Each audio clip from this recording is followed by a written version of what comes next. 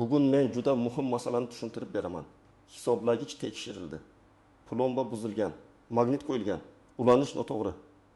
Hisobga olinmagan iste'mol bor degan xulosa yozildi va odamga 15 million so'mgacha. Ba'zan undan ham katta qarzdorlik yoki jarima chiqarildi. Bu holat faqat 1-2 odamning muammosi emas. Gaz, elektr, suv hisoblagichi bor har bir xonadon, har bir tadbirkor, har bir ijarachi bu mavzuni bilishi shart. Chunki tekshiruv paytida bitta noto'g'ri imzo, bitta e'tiborsiz qolgan dalolatnoma, bitta tushunmasdan aytilgan gap keyin katta qarzga aylanishi mumkin. Men bu videoda qo'rqitish uchun emas, ogohlantirish uchun gapiryapman. Qaysi holatda haqiqatan ham iste'molchi javobgar bo'ladi? Qaysi holatda esa tashkilotning o'zi isbot keltirishi kerak? Dalolatnomani qanday o'qish kerak? Tekshiruvchilardan nimani talab qilish kerak? 25 million jarima degan gap qayerdan chiqadi? Hammasini oddiy tilda tushuntiraman. Agar sizning uyingizda hisoblagich bo'lsa, bu ma'lumot sizga kerak. Hozir kanalga obuna bo'lib qo'ying, videoga like bosing. Chunki men beradigan maslahatlar sizni ertaga millionlab so'mlik muammodan saqlab qolishi mumkin.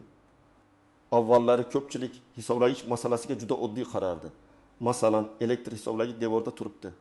Oymoy ko'rsatkich yoziladi. To'lov qilinadi. Tamom. Gaz hisoblagich ham shunday. Kelib ko'rsatkichni oladi yoki odam o'zi ilova orqali kiritadi. Suv hisoblagich ham ko'p xonadonlarda shunchaki texnik qurilma sifatida ko'riladi. Lekin hozir vaziyat o'zgardi. Kommunal tashkilotlar hisob-kitobni raqamlashtiryapti. Bazalar tekshirilmoqda, qarzdorlik, notekis iste'mol, plombalardagi muammo, hisoblagichning ishlashidagi shubhali holatlar avtomatik ko'rinib qolmoqda. Endi tekshiruvchi shunchaki ko'rsatkichni ko'rib ketish uchun kelmaydi. U ko'p hollarda qonuniy dalolatnoma tuzish, hisoblagich holatini rasmiy olish, plombani tekshirish, ulanish sxemasini ko'rish. Elektron bazadagi ma'lumot bilan solishtirish uchun keladi. Agar u yerda kichik bir nomuvofiqlik chiqsa, masala oddiy to'lovdan ma'muriy ishga, qarzdorlik qayta hisoblanishiga yoki sudga boradigan nizoga aylanib ketishi mumkin. 25 million jarima deganda hammasi doim aynan jarima bo'lavermaydi. Ko'p hollarda bu summa bir necha qismdan iborat bo'ladi. Hisobga olinmagan iste'mol uchun qayta hisob-kitob, normativ bo'yicha yozilgan summa penya. Ayrim holatda ma'muriy jarima, xizmat ko'rsatish yoki qayta ulash xarajatlari. Odam esa buni bitta so'z bilan jarima deb aytadi. Lekin huquqiy tomondan bular farqli narsalar. Shuni bilish juda muhim. Chunki e'tiroz yozishda ham aynan nimaga e'tiroz qilayotganingizni aniq ko'rsatishingiz kerak. Dalolatnomagami, qayta hisob-kitobgami, plombaning buzilganligi haqidagi xulosagami yoki ma'muriy jarimagami. Men ko'p uchratadigan holat shunday. Tekshiruvchi keladi. Hisoblagichda muammo bor deydi. Xonadon egasi hayajonlanadi. Men hech narsa qilmaganman deydi. Tekshiruvchi imzo qo'ying. Bu shunchaki ko'rganimizni yozish deydi. Odam o'qimasdan imzo qo'yadi. Keyin esa dalolatnomada iste'molchi plombaning buzilganini tan oldi. Hisoblagichga tashqi ta'sir ko'rsatilgan, ulanish sxemasi o'zgartirilgan kabi jumlalar turadi. Mana shundan keyin muammo boshlanadi. Shuning uchun men har doim aytaman. Dalolatnoma oddiy qog'oz emas. U keyingi hisob-kitob va javobgarlik uchun asos bo'lishi mumkin. Asosiy qismi nimalarni bilish kerak, kim xavotir olishi kerak. Kim xavotir olmasligi kerak birinchi navbatda. Hisoblagich sizning mulkingizmi yoki tashkilot balansidan plomba kim tomonidan qo'yilgan, oxirgi tekshiruv qachon bo'lgan, hisoblagichning qiyoslash muddati tugaganmi yoki yo'qmi? Bularning hammasi ahamiyatli. Ayrimlar hisoblagich mening uyimda turibdi, demak hammasiga men javobgarman deb o'ylaydi. Bu qisman to'g'ri, qisman noto'g'ri. Iste'molchi hisoblagichni asrash, plombani buzmaslik, ruxsatsiz aralashmaslik, ko'rsatkichlarni yashirmaslik majburiyatiga ega. Lekin tashkilot ham tekshiruvni qonuniy o'tkazishi, dalil keltirishi, dalolatnomani to'g'ri rasmiylashtirishi, hisob-kitobni qoidaga muvofiq chiqarishi shart. Kimlar ko'proq xavotir olishi kerak? Birinchidan, eski hisoblagich ishlatayotganlar. Masalan, 10 yil avval o'rnatilgan elektr yoki gaz hisoblagich bo'lsa, plombasi eskirgan, simi zanglagan, korpusi qiyshaygan bo'lishi mumkin. Odam tegmagan bo'lsa ham tekshiruvda plomba shikastlangan deyishlari ehtimoli bor. Shuning uchun bunday holatda oldindan xizmat ko'rsatuvchi tashkilotga murojaat qilib, holatini rasmiy tekshirtirish yaxshiroq. Ikkinchidan, uyini ijaraga berganlar xavotir olishi kerak. Uy egasi Toshkentda, ijarachi boshqa joydan kelgan, elektr hisoblagichga kim nima qilgani egasi bilmaydi. Tekshiruv kelganda esa abonent kim nomida bo'lsa, da'vo ko'pincha o'sha odamga boradi. Masalan, xonadon egasi uyni 2 oyga ijaraga berdi. Ijarachi elektrda issiq pol, konditsioner, suv isitgich ishlatdi, lekin to'lovni kam qildi. Keyin tekshiruvda hisoblagich plombasi shubhali chiqdi. Qayta hisob kitob 2 million so'm bo'ldi. Uy egasi men yashamaganman deydi. Lekin shartnoma bo'lmasa, dalil bo'lmasa, ijarachining kimligi aniq rasmiylashtirilmagan bo'lsa, masala murakkablashadi. 3-dan, yaqinda uy sotib olganlar ehtiyot bo'lishi kerak. Ko'pchilik uy olayotganda kadastr, oldi-sotdi shartnomasi, kommunal qarz yo'qligi haqidagi ma'lumotni tekshiradi. Lekin hisoblagichning plombasi qiyoslash muddati, oxirgi dalolatnoma, ulanish sxemasi ko'pincha tekshirilmaydi. Natijada uy sotib olingandan 3 oy o'tib tekshiruv keladi va bu hisoblagich avvaldan noto'g'ri ulangan ekan deydi. Yangi egasi men endi oldim deb turadi. Shuning uchun uy olishda faqat qarzdorlik yo'qligi emas, hisoblagichlarning texnik holati ham dalolatnoma bilan tekshirilishi kerak. Kim xavotir olmasligi mumkin? Agar sizning hisoblagichingiz yangi, plombalari joyida, qiyoslash muddati o'tmagan, ko'rsatkichlaringiz muntazam kiritilgan, to'lovlaringiz bor, hech qachon ruxsatsiz ulanish qilmagan bo'lsangiz, vahimaga tushishga hojat yo'q. Lekin baribir hujjatlarni tartibga solib qo'yish kerak. Chunki qonuniy iste'molchi ham o'zini himoya qila olishi uchun dalillarga ega bo'lishi lozim. Keling, real hayotga yaqin misollar bilan tushuntiraman. Birinchi misol, oddiy xonadon oyiga 2,5 kilovolt elektr sarflaydi to'lovlar vaqtida. Tekshiruvchi kelib, hisoblagich qopqog'idagi plomba yorilganini ko'radi. O'yla biz tegmaganmiz, ehtimol ta'mir payti ustalar urib yuborgandir deydi. Agar dalolatnomada faqat plomba yorilgan deb yozilsa, keyin tashkilot oxirgi tekshiruvdan beri maksimal quvvat bo'yicha qayta hisob kitob qilishi mumkin. Bu 3 million ham, 2 million ham, ayrim holatda 15 million ham chiqishi mumkin. Lekin agar iste'molchi darhol e'tiroz yozsa, rasm va video olsa, qo'shnilar yoki usta haqida dalil keltirsa, hisoblagichning o'zi ishlaganini ekspertiza bilan tasdiqlatsa, summa kamayishi yoki bekor bo'lishi mumkin. Ikkinchi misol, gaz hisoblagichda ko'rsatkich o'smay qolgan. Xonadon egasi buni sezgan, lekin o'zi kelib tuzatishar deb yuravergan. 3 oy davomida gaz ishlatilgan, pechka isitish qozoni, suv isitgich yongan. Tekshiruv kelib hisoblagich ishlamayotganini aniqlagan.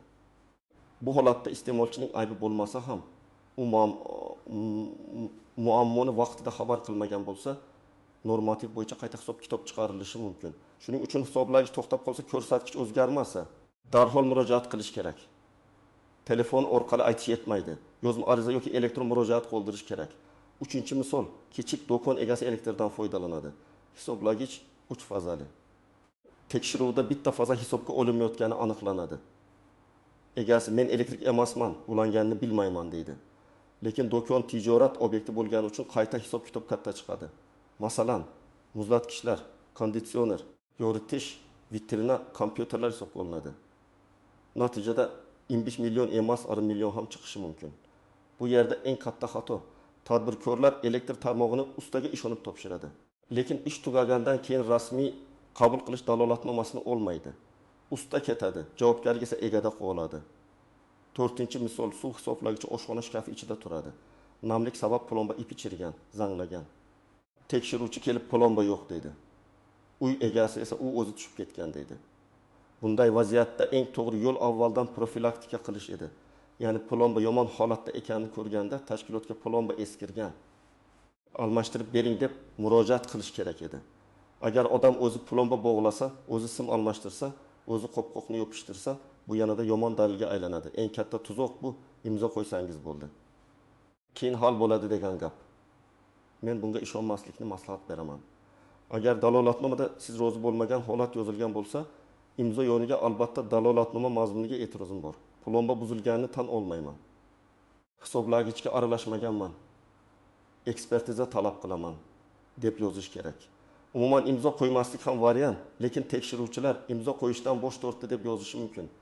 Shuning uchun eng kuchli yo'l o'qib e'tiroz bilan imzo qo'yish. Bu keyin sizning pozitsiyangizni ko'rsatadi. Ikkinchi nozik jihat tekshiruvchilar kimligini aniqlash. Har qanday odam kelib, men elektrdanman, men gazdanman deb uyingizga kirib kelishi mumkin emas. Xizmat guvohnomasi, topshiriq yoki tekshiruv asosi, tashkilot nomi, xodimning familiyasi, sanasi bo'lishi kerak. Albatta, kommunal tarmoqlar xavfsizlik nuqtai nazaridan tekshiruv o'tkazishi mumkin. Lekin bu tartibsiz, qo'rqitish, bosim o'tkazish, hozir pul bermasangiz uzamiz ko'rinishda bo'lmasligi kerak. Agar shubha bo'lsa, tashkilotning rasmiy telefoniga qo'ng'iroq qilib, xodim haqiqatan yuborilganini tekshiring. Uchinchi nozik jihat foto va video. Ko'pchilik video olish mumkinmi deb so'raydi o'zingizda. O'z huquqingizni himoya qilish uchun tekshiruv jarayonini videoga olish amaliy jihatdan juda muhim. Lekin hurmat bilan oling. Xodimning ishiga xalaqit bermang, haqorat qilmang. Videoda sana vaqt hisoblagichning umumiy ko'rinishi. Plomba, ko'rsatkich, xodimlar nima deyayotgan aks etsin. Keyin bosh chiqsa, plomba tekshiruvdan oldin qanday edi? Kim qayerga tegdi? Dalolatnoma qachon tuzildi degan savollarga javob bo'ladi. 4-nozik jihat. Hisob-kitob davri. Tashkilotlar ba'zan juda uzoq davr uchun qayta hisob-kitob qilishi mumkin. Masalan, oxirgi tekshiruvdan beri deb 1 yil, 2 yil yoki undan ko'p davrini olishga urinishadi. Siz esa savol berishingiz kerak. Oxirgi rasmiy ko'rik qachon bo'lgan? Oxirgi plombalash dalolatnomasi qayerda? Hisoblagich qachondan beri shubhali holatda deb topildi. Buni qanday isbotlaysiz? Agar muammo bugun aniqlangan bo'lsa, u aynan 1 yil oldin boshlanganini tashkilot qanday isbotlaydi? Mana shu savollar qayta hisob-kitobni kamaytirishda muhim. 5-nozik jihat, magnetizm masalasi. Ba'zi hisoblagichlarda magnit ta'sirini ko'rsatadigan indikator bo'ladi. Agar indikator o'zgargan bo'lsa, tashkilot magnit qo'yilgan deydi. Lekin indikatorning o'zi ham saqlash, tashish, o'rnatish, tashqi sharoitlar bo'yicha baholanishi kerak. Men hech kimni magnit ishlatishga undamayman, aksincha bu juda xavfli va noqonuniy. Lekin ayblov ham dalil bilan bo'lishi kerak.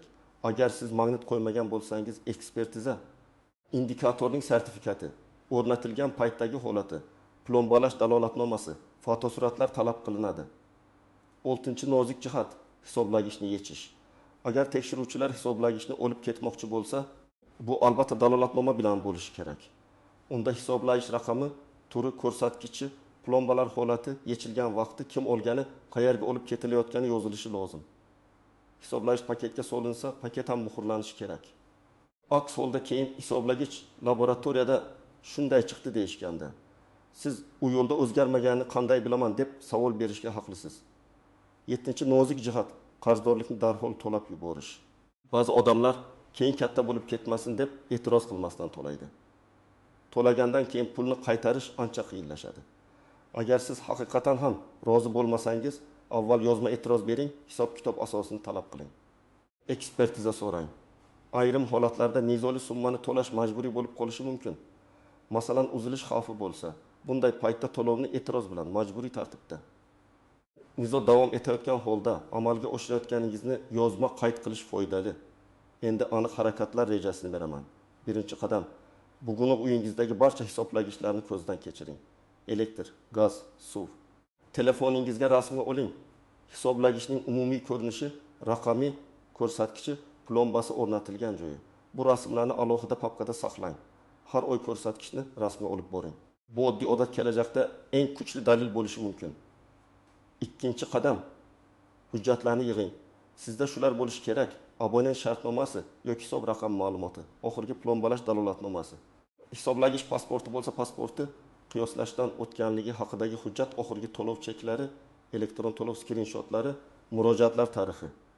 Agar uy ijarada bo'lsa, ijara shartnomasi qiling va unda kommunal to'lovlar kim zimmasida ekanini yozing. 3-qadam, hisoblagichda g'alati holat ko'rsangiz, kutmang.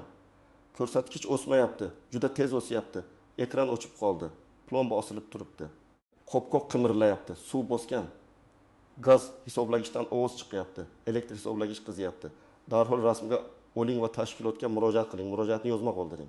Masalan, falon manzilda joylashgan hisoblagichning plombasi shikastlanish xavfi bor.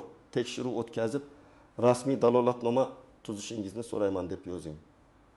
Elektron qabulxona, mobil ilova. Jol markaz yoki ofis orqali murojaat raqamini oling. 4-qadam. Tekshiruv kelganda shoshilmang. Xodimlardan guvohnoma so'rang. Tekshiruv jarayonini videoga oling. Hisoblagichga kim birinchi tegayotganini, plomba qanday holatda ekanini qayd qiling. Dalolatnomani to'liq o'qing. Bo'sh joy qoldirilmasin. Sana, vaqt, manzil, hisoblagich raqami, ko'rsatkich, plomba raqami to'g'ri yozilganini tekshiring. Agar biror gapga rozi bo'lmasangiz. imzo yoniga e'tirozingizni yozing. Men aralashmaganman, ekspertiza talab qilaman, qayta hisob kitobga rozi emasman degan jumlalar keyin juda muhim bo'ladi. 5-qadam sizga katta summa chiqarsa, avval asosini talab qiling. 25 million so'm qarz deyish yetarli emas. Qaysi davr uchun, qaysi formula bilan, qaysi quvvat yoki normativ asosida, qaysi dalolatnomaga tayanib hisoblanganini yozma so'rang. Siz hisob kitob varaqasini, dalolatnoma nusxasini, ekspertiza xulosasini, oxirgi ko'rik ma'lumotlarini taqdim etishingizni so'rayman deb ariza yozing. 6-qadam e'tiroz yozing. E'tirozda hissiyot emas, fakt bo'lsin. Masalan, men dalolatnomadagi plomba ataylab buzilgan degan xulosaga rozi emasman. Hisoblagich mening ishtirokimda yechilgan, lekin o'rash va muhrlash tartibi ko'rsatilmagan. Oxirgi tekshiruv sanasi va muammo qachondan boshlanganiga doir dalil taqdim etilmagan. Shu sababli qayta hisob kitobni bekor qilishni yoki mustaqil ekspertiza tayinlashni so'rayman. Mana shunday yozilsa murojaat aniq bo'ladi. 7-qadam. Agar tashkilot javob bermasa yoki javob sizni qoniqtirmasa, yuqori turuvchi organlarga, iste'molchilar huquqlarini himoya qilish organlariga, prokuratura yoki sudga murojaat qilish mumkin. Men har doim maslahat beraman. Sudga borishdan oldin barcha hujjatlarni tartiblang. Og'zaki gap sudda kuchli dalil bo'lmaydi. Dalolatnoma, video, rasm, to'lovlar, murojaat raqamlari, javob xatlari, ekspertiza xulosalari bo'lishi kerak. 8-qadam. Hech qachon noqonuniy yo'lga bormang. Magnit qo'yish, plombani o'zgartirish, hisoblagichni orqaga aylantirish, yashirin ulanish qilish bir kun foyda bergandek ko'rinishi mumkin, lekin oxirida juda katta zarar keltiradi. Bu nafaqat jarima, balki xavfsizlik masalasi ham. Gaz tarmog'iga noqonuniy aralashish portlash xavfini oshiradi. Elektr tarmog'iga noto'g'ri ulanish yong'in chiqarishi mumkin. Suv tarmog'idagi o'zboshimchalik esa qo'shnilarga zarar yetkazadi. Shuning uchun xalq xavf ostida deganda men faqat pulni emas, odamlarning hayoti va uyi xavfsizligini ham nazarda tutyapman. Bugungi mavzudan asosiy xulosa shuki, hisoblagich oddiy temir quti emas. U sizning kommunal huquq va majburiyatlaringizni belgilaydigan dalil manbai. Plomba, ko'rsatkich, dalolatnoma, qiyoslash muddati, foto va video, yozma murojaat bularning hammasi sizni himoya qiladi. Agar tekshiruvda muammo chiqsa, vahima qilmang, lekin beparvo ham bo'lmang. O'qimasdan imzo qo'ymang. Har bir da'voning asosini so'rang. Rozi bo'lmasangiz, e'tirozingizni yozma bildiring. Hisoblagichda nosozlik sezsangiz, darhol rasmiy murojaat qiling. Men sizlarga shuni aytmoqchiman.